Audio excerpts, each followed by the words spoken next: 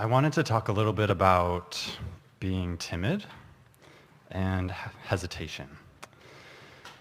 A lot of times I think I use doing what feels good and letting things work out and trusting that everything will work out as an excuse for not speaking what I want. Maybe, but when you are in alignment, you are not timid. You're sensitive maybe to others, but there's a clarity that brings a usual sense of boldness with it. And that feeling of hesitation is always about split energy. That feeling of second guessing yourself is always about split energy. Certainly that catering to what others think, in other words, looking for their approval and coming not to trust it, because often that they're not in alignment, and so they don't appreciate you, not because you're not appreciable, but because they're not in the mode of appreciation. So alignment first, and then. I feel like I get a lot of momentum going internally and on my own, and it's been my experience that at some point you have to bring in others in order to manifest well, something this is the big. perfect basis for a conversation about unconditional living, isn't it? Because Esther began playfully saying, she was playful about it, but she meant it too. She said, I think I'm becoming a sort of vibrational snob, because she was enjoying her high-flying feeling and not really wanting to come down from it, and finding that sometimes in interacting with others that she would focus on conditions that then would make it not possible for her to maintain her alignment. And so then she began saying things like, when I'm by myself, I can fly pretty high, and with strangers too. And then that made her begin to understand that she had fewer negative expectations of strangers. She didn't know about their conditions. So she was just naturally living more unconditionally when she was by herself, because there were frankly fewer conditions to notice. And fewer conditions with strangers than with people that she had already formed opinions about that were conditional and keeping her from her alignment. But after a while, that sort of puts you in a trap where you're off by yourself. Mm-hmm.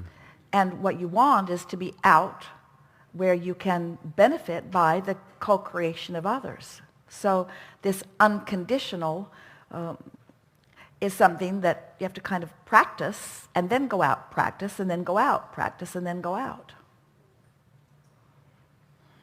I find that in my mind, a lot of times, even like right now, it's hard for me to focus on that ascension and that straight form of energy when I'm constantly thinking about what other people are going to think and how it's going to affect me. That's all right. You see, that's what we meant earlier when we said, don't feel uncomfortable about being where you are in terms of your belief about something or just the way something is unfolding. Don't beat up on yourself about it, because first of all, you've been trained that way. People have trained you to care about how they think, because it's important to most people who are living conditionally for you to create conditions that they can live with. And so you've been trained that way, and you're doing it to them and they're doing it to you. It's not something that you're all of a sudden going to stop doing. But there is an endless trap in that, because the more conditions you find necessary to control, and the more you are able to a certain extent muster your power and your clarity and your strength and your position or whatever in order to demand conditions that please you, then the bigger the trap you get into, because the more you have to control. That's usually what makes people finally give it up, because there become too many things that you can't control that you feel that you need to control in order to feel good.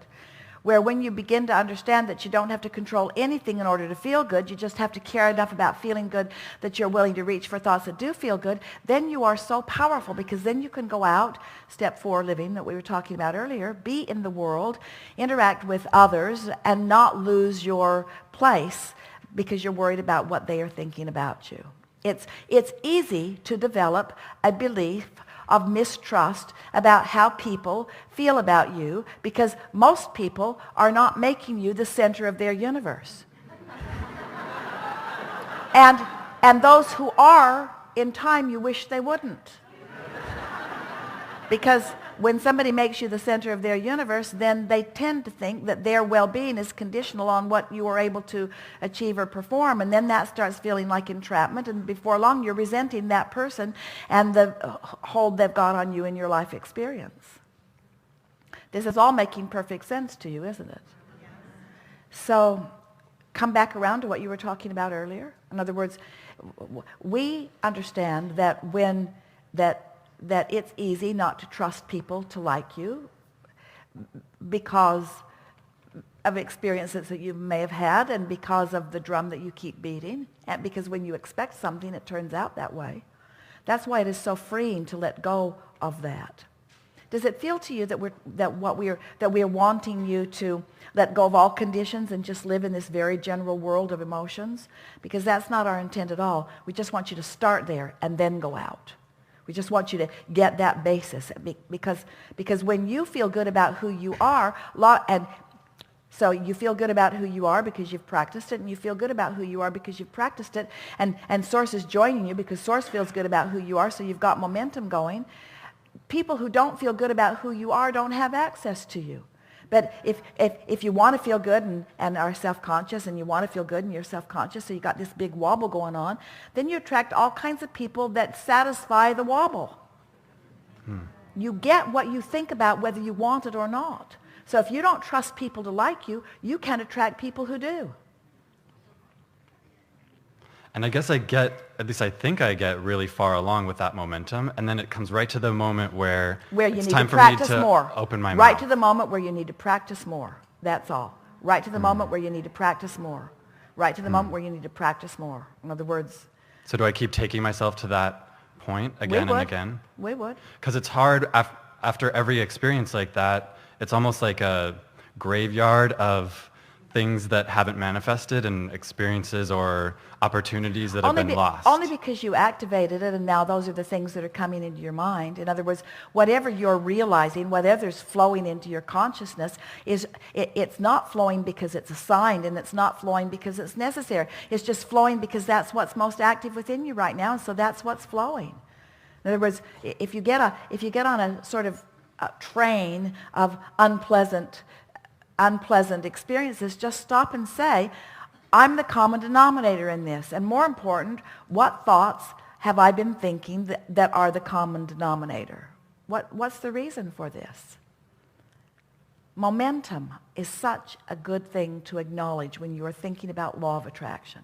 Because when you get off on a vibrational jag, on a thought jag, don't you notice that even when you're around the table with people visiting, that somebody will start something and another jumps in and another jumps in and another jumps in, but you won't jump in if you're steady before you get there. If you are in alignment with who you are before you get there, then those conditions won't evoke from you a feeling of being timid. They will evoke from you a feeling of being clear-minded, that jumping in here is not going to be to any advantage.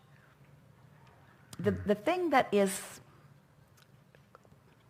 common in interacting with others is you start out with a slight insecurity about what you know, or about something, about what you know. And then as you talk with others, there's a trying to shore up what you know from a place of being uncertain.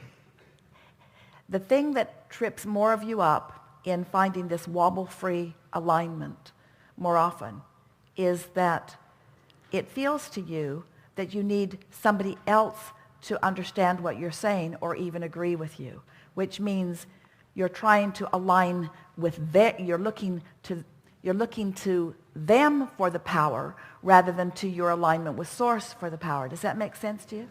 Yes. And so when you're looking to them so now it's important. Esther would say to Jerry, I really want to know what you think. And he would give her that silly grin, and he would say, I don't think you want so much to know what I think. I think you just want me to agree with you. because the conversation sometimes would go on for a while as she's coming at it from another way and from another way and from another way. Because there's something about getting somebody to agree with you that can sort of shore you up. But it really is looking for alignment or love in all the wrong places. And so when you're looking, that feeling that you need to convince, you need to make yourself understood. You need them to understand you is the biggest trap of all, because if they're not in the vibrational vicinity of where you are, they're not going to understand you anyway. And the harder you try, then the more conditions you introduce to the scenario that have the likelihood of causing you to begin to wobble. And then you feel timid. Mm-hmm. And so rather than calling it timid, call it wobble. And rather than calling it angry, for a little while, call it wobble. Instead of calling it frustrated, call it wobble. Call it me introducing into what could be a pure vibration with lots of strength and power and clarity. I'm introducing wobble because I'm trying to get you to agree with me rather than aligning with what already agrees with me. Source loves me. You don't. And when I try to get you to love me, I wobble. Source loves me. If I was looking for love from Source, I wouldn't be wobbling because Source is right there loving me. Source is unconditional. Source isn't saying you have to have this skin color or this sexual orientation or this financial prowess or this political or religious affiliation. Source is loving unconditionally. It's humans that make it hard for you to trust, you see. So why are you looking to the humans for your alignment when Source is right there beaming it at you all the time and giving you constant feedback about how close to the beam you are or not, you see? So now when you say, sometimes I'm timid, what you really mean is, sometimes I don't trust other people to hold me in alignment while they're in alignment with Source. And since I'm not willing to find alignment, we're just carried away here, since I'm not going to get in alignment with Source, I'm going to find some person who's already in alignment with Source, and then I'll hook up with my alignment through that other person. Oh, missed that one. Now I'm timid. Oh, missed. That one's not in alignment either, so I feel timid. That one's not in alignment. So I still feel timid. That one, will you please look at me and be in alignment and love me? Oh, not you either, huh? So I still feel timid. Where you could just directly go to Source, who's always there, loving you unconditionally. And then you don't feel timid. You feel bold, you feel empowered, you feel sure, you feel certain. You feel ready. Helpful? Yes.